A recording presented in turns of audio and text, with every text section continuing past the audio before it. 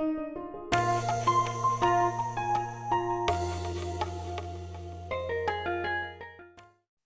hi, everybody. First, I want to say thank you, as always, for tuning in to Real Talk for Coaches. And as you guys know, this is a very informal, real heart to heart. We give you the scoop, we give you the tea, and we try to give you information to help you thrive in your coaching practice and with your clients, but also to help coaches themselves personally live their best life as well. And as always, I am just get so goosebumps and excited when we have a great guest. And I am happy to have Coach Christina Callaway, who is a friend of the show. And this is she's been here before. And so when she said, yeah, I'm happy to be a guest, like I just got goosebumps because I just love Christina so much. And I'm going to let Christina introduce herself for those who don't know her. I'm going to start off by saying when she introduces herself and you get to know her, make sure you follow her. She is on Instagram and she is on different platforms, but I'm going to let her tell it. But I'm excited to have you, Christina. So tell everybody who you are and what you do. Thank you, Coach Dawn, and thank you for having me back. As Coach Dawn said, I am Coach Christina, and the name of my business is Christina Callaway Life Coaching, LLC, and I am a confidence coach. And I work with women and female athletes and just helping them to develop a confident mindset.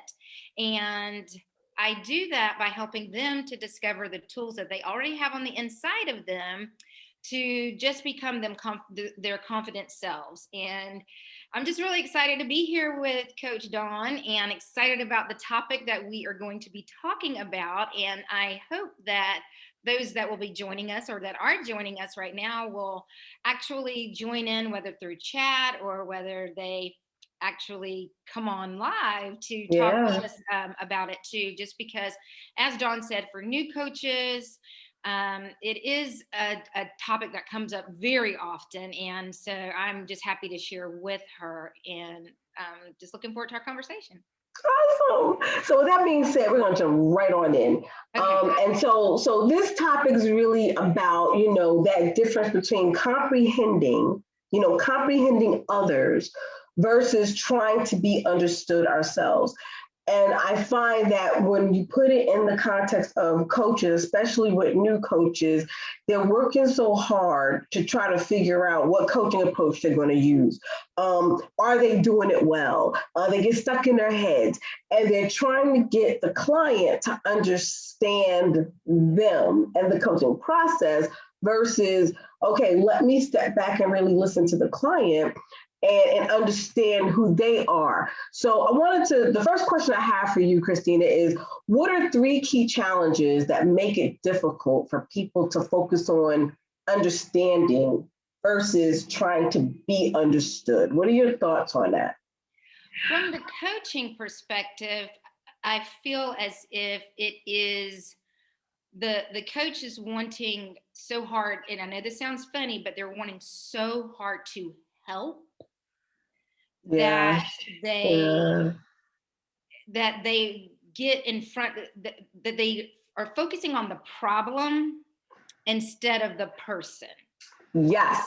And so they hear the problem that is presented by their client, and that's where they zero in.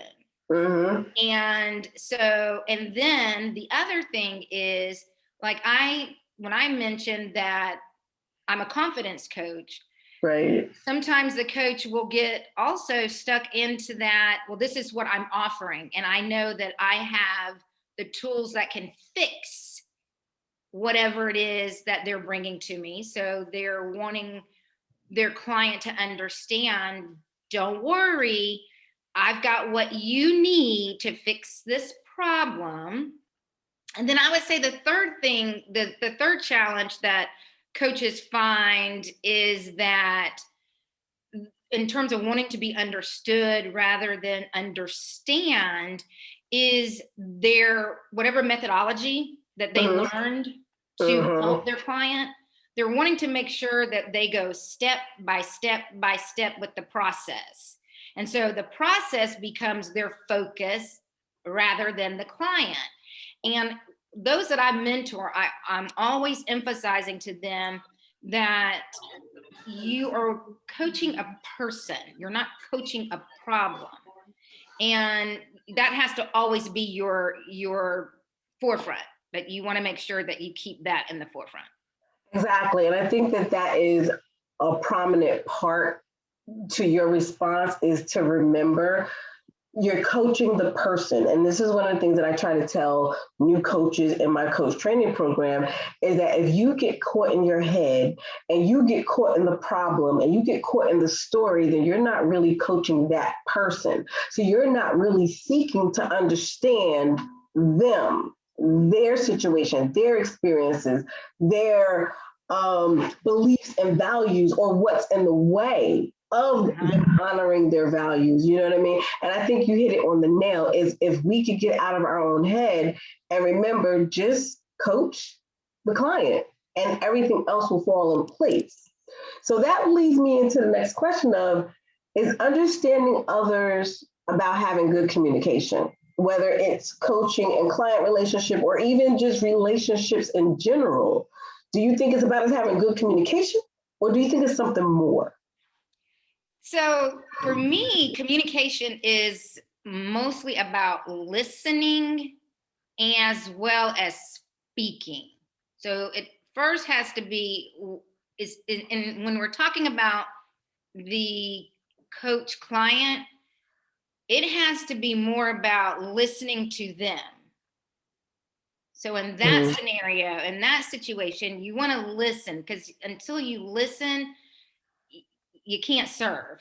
You can't serve until you listen in that situation. The other part outside of coaching, it is going to be a situational type of thing. So when we're wanting to be understood versus and in understanding, or we want to understand versus the understood, I would say that it's situational for sure. Okay. And I say that because of the times that we find ourselves in right now.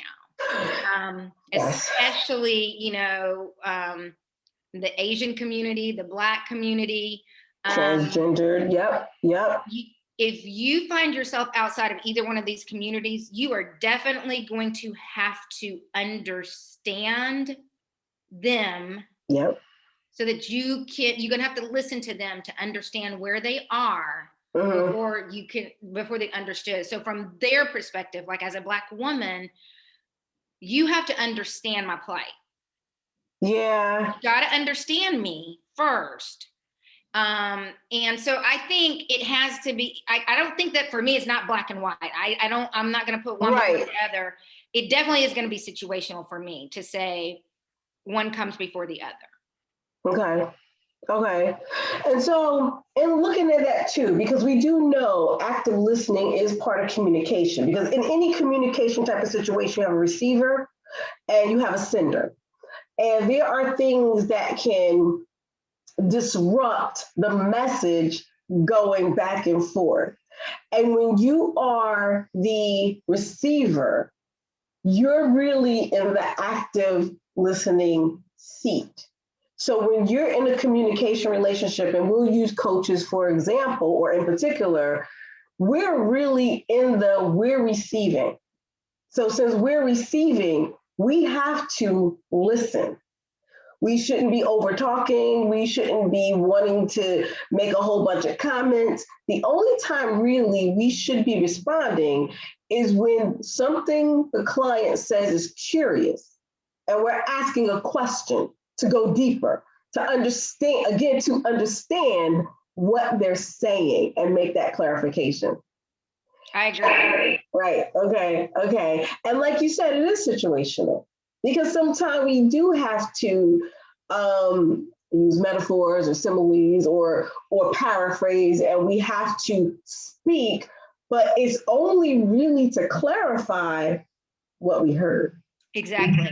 And I think also too, in the understanding and from the coaching scenario, even in the understanding, getting understanding from the client, I think also too, going back to what I said, that sometimes coaches err on, is that they are stuck in their methodology of how they're going to go about getting the information, Yes. that they end up coaching the problem as opposed to coaching the person.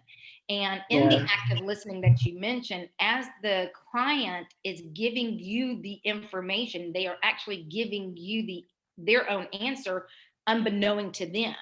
And when the coach is in tune to that, then as opposed to thinking about the next best question or the next powerful question to answer, they can, if they are hearing it correctly, they will then do a reflective question. Right. And then that is when it's in the reflective questions where the client gets that aha moment. Aha moment, yes. And sometimes, especially sometimes with new coaches, and not in even with your more experienced coaches, they shy away from that reflective questioning because they have either been told or they feel that reflective questioning can seem to be combative toward the client. But tone is everything, because if you reflect what the client has said back to you, back to them, you're using their own words. And if you have set the atmosphere of your session to be non-judgmental and you reflect what they've said back to them, that's when you create that aha. And they're like, wow. That's when they feel empowered. That's when they feel like, oh my goodness. Or even if they do have that moment of, you know what, I've been doing this for too long. You know, and I mean, sometimes they do need to have their own shakening, but I think that's a little bit better for them to swallow as opposed to someone else doing the shakening, you know? Very true. Very true. Very, very true. And I think that you're making a really good point about those reflective questioning. And I do find that a lot of coaches, and like you said, even veteran coaches are afraid to do that because they feel like they're challenging the client. And I don't have a problem with challenging our clients. No. I really don't. We should, but we should always do it. I always say challenge with care. Yeah. You know what I mean? And if you, like you said, if you're creating that safe environment, that safe space, if you're listening, and then if you're repeating or using the language that the client is using, then you're absolutely right. They should walk away with feeling empowered and not that you've been competitive or you're challenging them in a way as to say, I don't believe you. Right. Or in a condescending way where they feel as if they're being belittled or they're being judged or anything of that sort, because there's no need for that. They're coming to you because they feel like they're hopeless, or not hopeless, but they just feel as if this isn't working. Right. I've done what I can do. I need another fresh pair of eyes viewing this situation. Yes, exactly. Now, you mentioned our current times, you know, with the unfortunate murders of the 8 people, 6 being Asian. We are still reeling from last year with the many unfortunate killings of people of color, of George Floyd and Breonna Taylor, just to name 2, and we know there were so many. And I'm going to be really transparent. Now, you know, I have the cultural sensitivity coaching class, and I have done this class quite a lot now. And I do find it interesting that when I have predominantly white audiences, like I'm the only Black face, I noticed that there is a struggle to listen. And it kind of even took me by surprise, because I guess I didn't quite expect to feel that from coaches. Like if I go and do it in a corporate setting, I kind of thought, you know, this could happen, right? But when I'm with coaches and I'm doing it, it was like, oh. And I find that when my training class is diverse, is less of it. People are much more willing to listen. People are much more willing to engage. But I found it real interesting that my all Caucasian audiences, they become more challenging. They become more defensive. They become more, well, I will never know what it is to be a Black person. I'll never know what it is to be a woman. So, how can I? And I'm like, but this is all about awareness. And so how connected do you feel that understanding is to DE and I? And how can we as coaches help foster more listening and more understanding? I don't feel like even in diversity, equity, and inclusion, I really don't feel that the approach is going to be any different Okay. than it is within the other. It has to come from the position of still listening to their uncomfortableness. What is it about this that makes you uncomfortable? And it's through their questions and through their responses that they still are giving the answers that the reflective questions come from. Because I wasn't in any of those that setting, so I don't know. I mean, can you give me an example of other than they say I'll never know what it's like to be Black? I mean, that's an obvious, but Right. So we were talking about empathy, right? And one of the points was, and we were saying how to build your empathy. Now, remember, this is outside work. This is not in the session work. And one of the points was, walking in someone else's shoes to the best of your ability. You know what I mean? Like, there are going to be certain things you cannot resonate with. It doesn't matter. Like, I'm a heterosexual person. There are certain things I'm not going to resonate with the LGBT community because it's not my experience.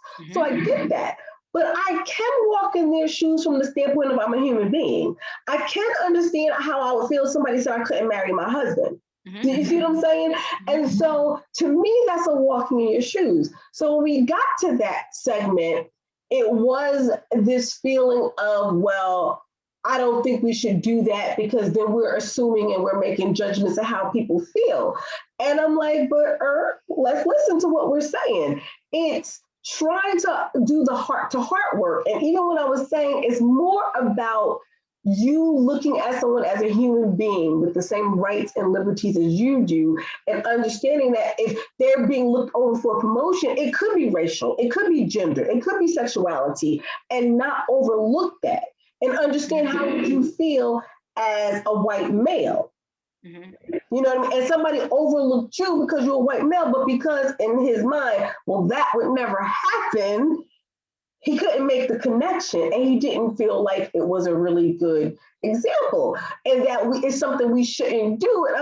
And so I didn't want to get caught in the semantics. I said, well, as a coach, it's your practice. You can choose to deal with it as you would, but you took this class to gain awareness.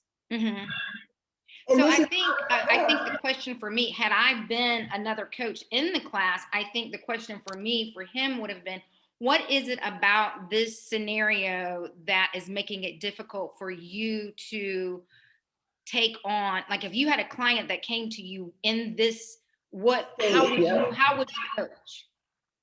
Right. How would you coach this person? Right. You had a female client come to you.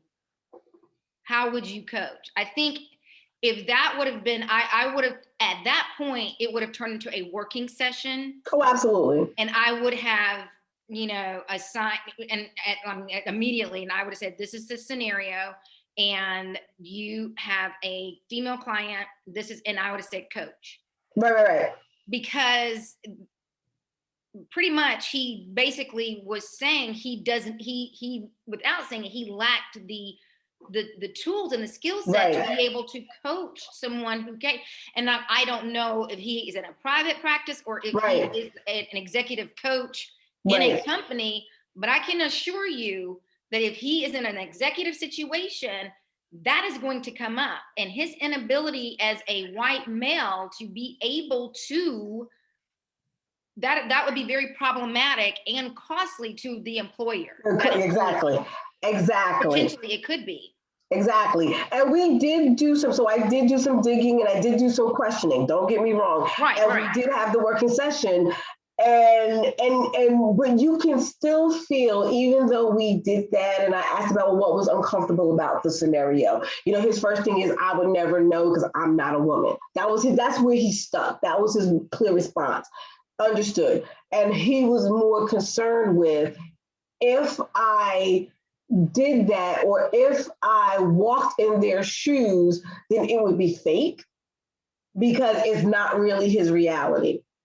And so we did do some role play. We did do a little bit of coaching around it, but it was still this feeling of contention that was palatable because other coaches, you know, they ask questions as well. It's like, but can't you see it this way? So we got into a great discussion, but there was this wall. And the bigger thing with this is the listening, like you said.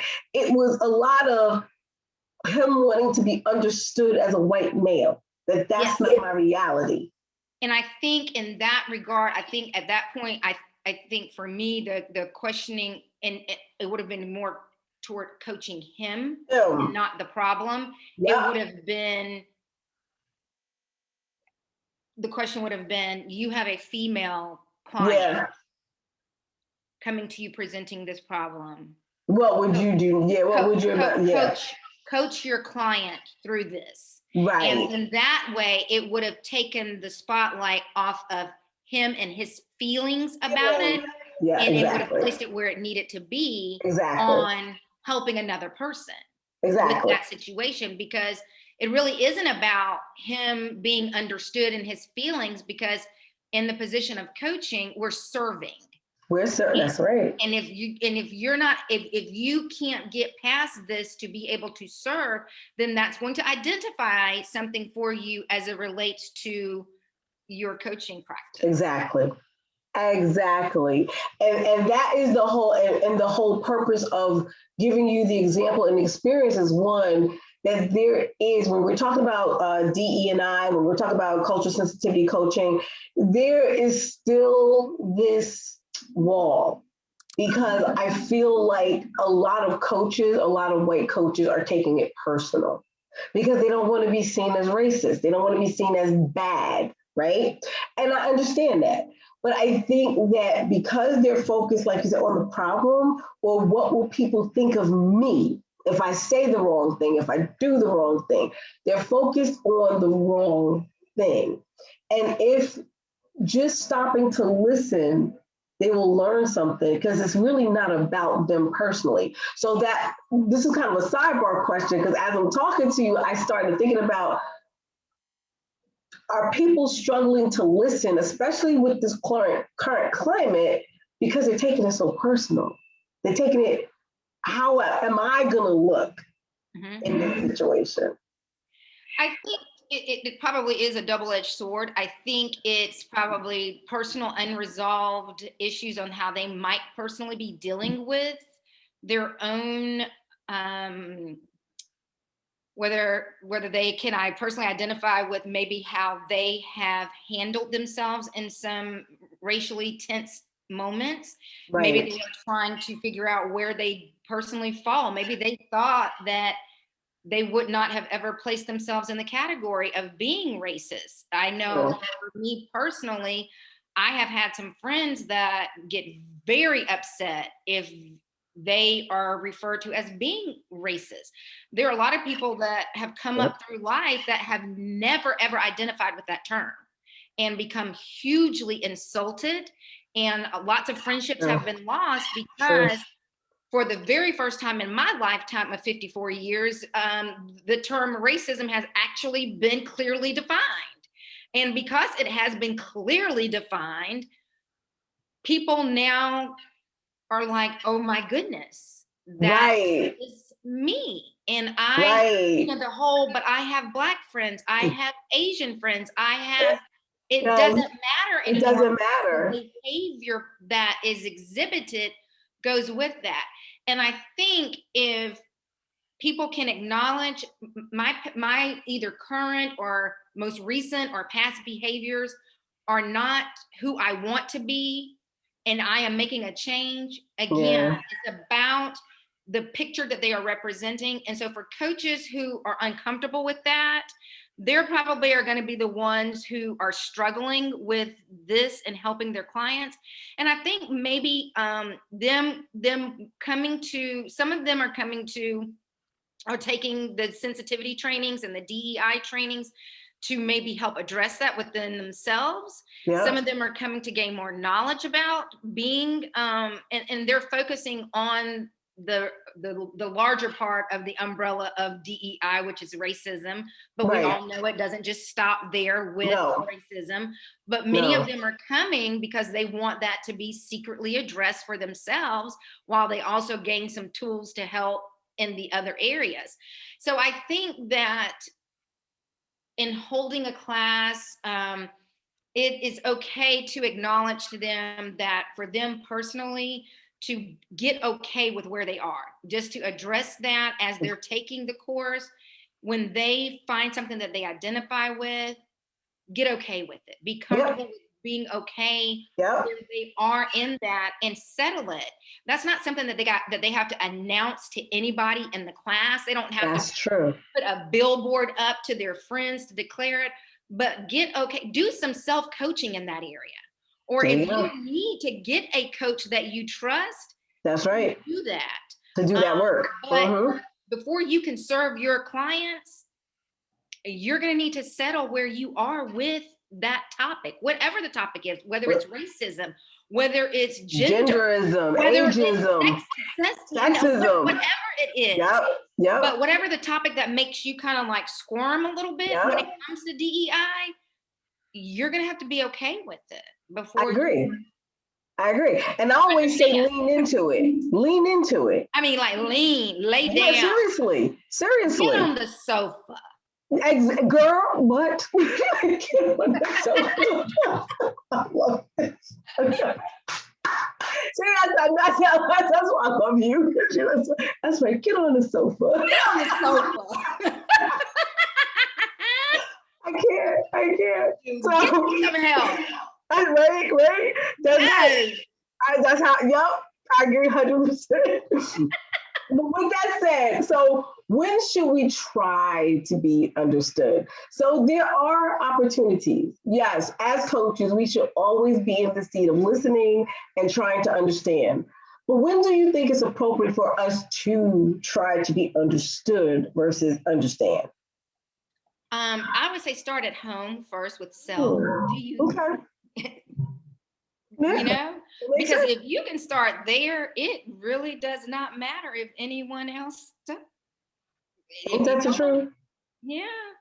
I mean, because that means you're comfortable in, and if you don't have anybody else co-signing it, you're going to walk away still feeling good about you.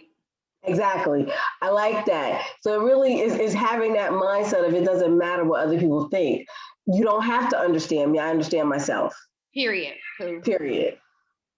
I can rock with that. I can definitely rock with that.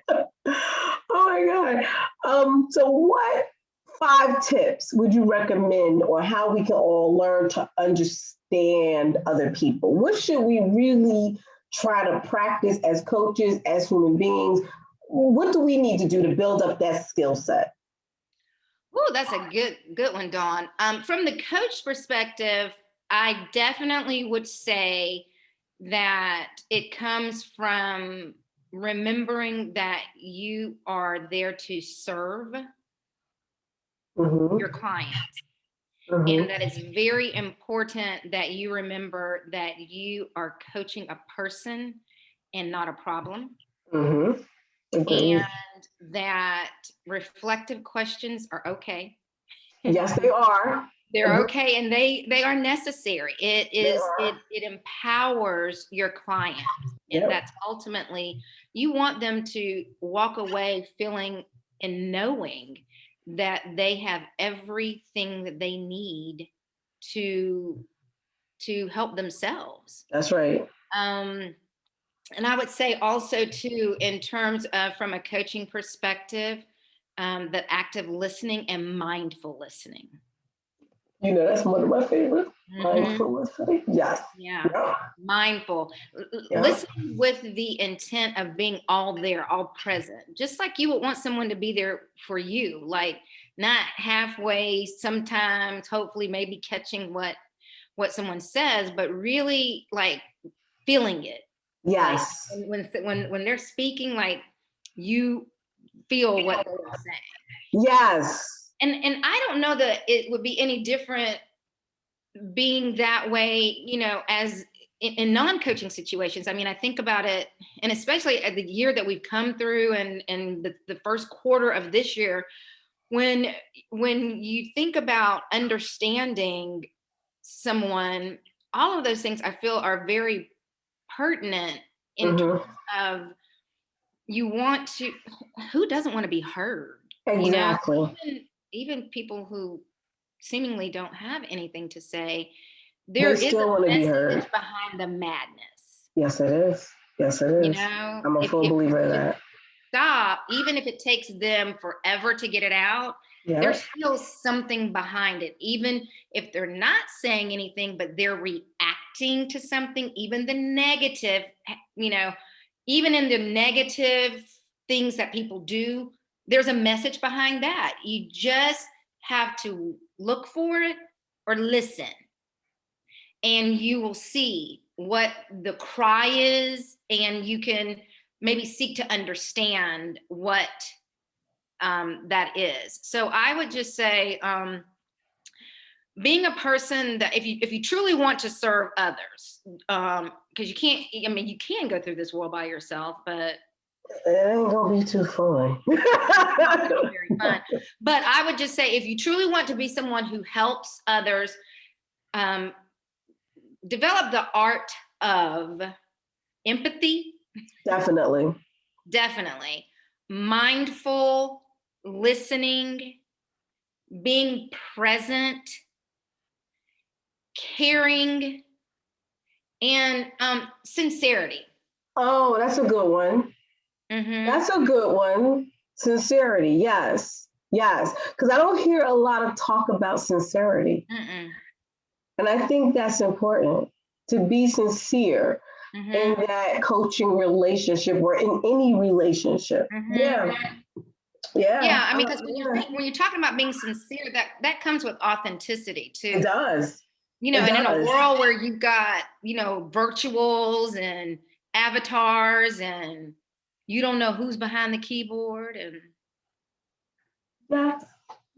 And you know, it's funny you mentioned that, just a small diversion, because one of the things I'm adamant about is telling people, like, especially if it's somebody I'm meeting with often, can we come on camera? I would love to see your face. Okay. I want to see you. I want to feel you. You know what I mean? And because we're not doing this face to face in person, you know, I don't care that your hair doesn't look great. It's all right. It's okay. You know, you're so beautiful. I want to see you because I want that. And even when we are in person, we got on masks. What? Exactly. And I'm telling you, I'm a face person. Like, I mean, even with my eyes talk, but this part of my face really talks. What? That mask on, it has saved a whole lot of folks. What? Yeah.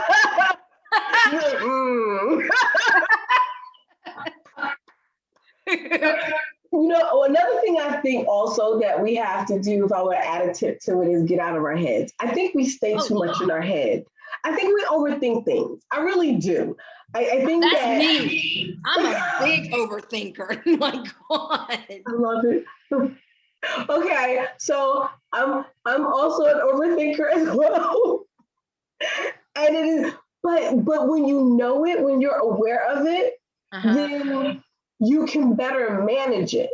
This is that whole thing about leaning in. When you lean into the things that you know you still need to work on, you become much more aware.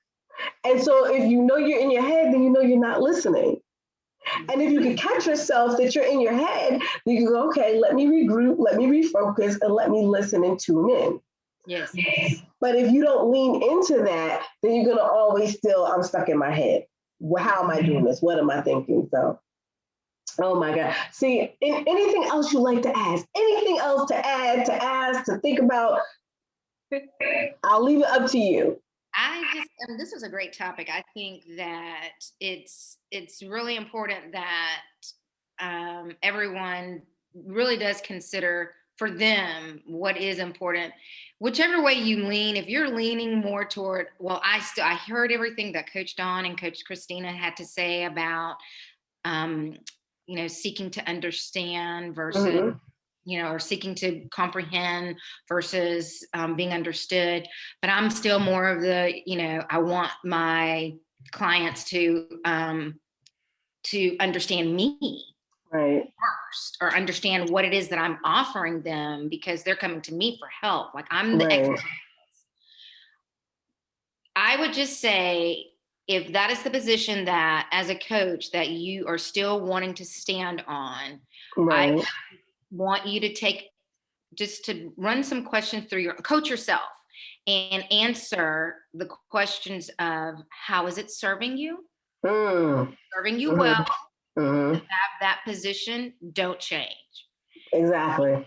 If it's not getting you the results that you would like to get, Mm-hmm. consider doing it a different way. Consider going the other way and seeing.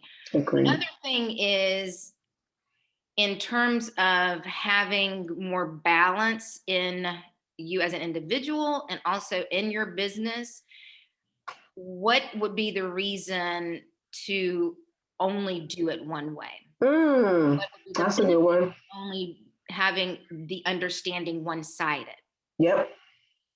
And if you're in the business of helping people, how is it beneficial for your business for them to only understand yours, or to understand you first before you Mm. understand them? You're there to serve them, but if the position is they have to understand you before you can help them, is that truly serving the customer?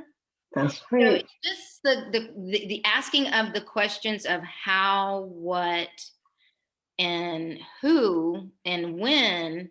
I definitely stay away from the of the why The question. why, right. Very Absolutely. judgmental, Yep. and Yep. not to move us anywhere when we're Yep. asking that question.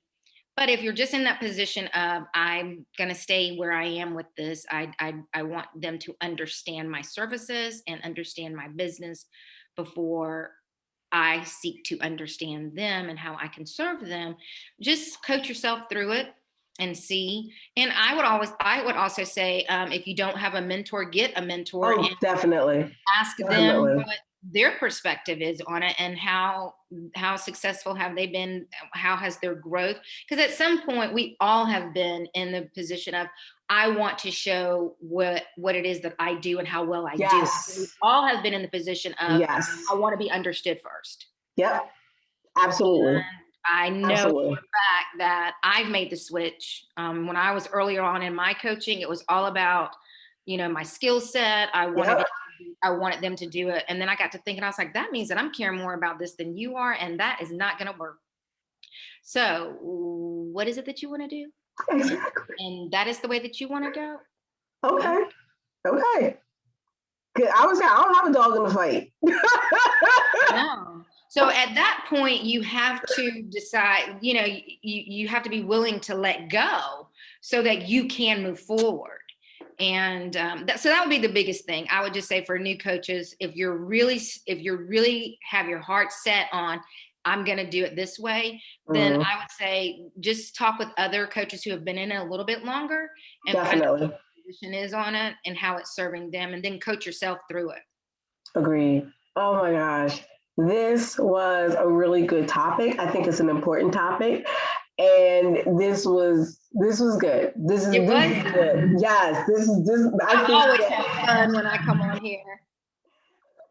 we can let our hair down and really talk about topics that are meaningful, and we Yes, can pull back that onion yes, and get right into it, because I think this is how you grow. By being real is how you grow. Yeah. So as always, it's just a pleasure to have you. You are a friend of the show. You can come on anytime, girl, any topic. Well, I want to talk about that topic with Coach doing. Girl, you know you can come on the show and we can talk about that topic. So tell everybody, how can they find you, Miss Christine? Let people know how they can find you. Okay, well, I'm on Instagram and I'm on Facebook. So you can find me there at Christina with an A, Mindset Coach. And yeah, come and check me out. And I have a website. It's ChristinaCC.com. Cool. Please definitely go check Coach Christina out. She is an amazing coach. She's a wonderful coach. And I am so glad to have her part of my little circle. And yes, and as always, coaches, we thank you so much for joining us. We hope that you got some great feedback, great information from this. You guys already know how to contact me at Reid Coaching on Facebook, Twitter, Instagram, and LinkedIn, so feel free to connect. Please remember that the Virtual Coaches Conference is coming up in October. You need to get your tickets now while they're only $49 per person starting out if you're joining as a group, and $69 if you are an individual. So you guys get on the tickets now because in April, they're going up. I don't go backwards, I go forward. So I'm just telling y'all now, the closer we get to it, the more it's going to cost. So y'all should be getting tickets right now. I'll be there. That's right. And Coach Christina is one of our amazing coaches. So you don't want to miss the conversations that's going to happen in the workshops and all the learning that you guys are going to be privy to. So please get your tickets now. And so again, coaches, we love you. Go out there and create awesome sauce for yourself and for others.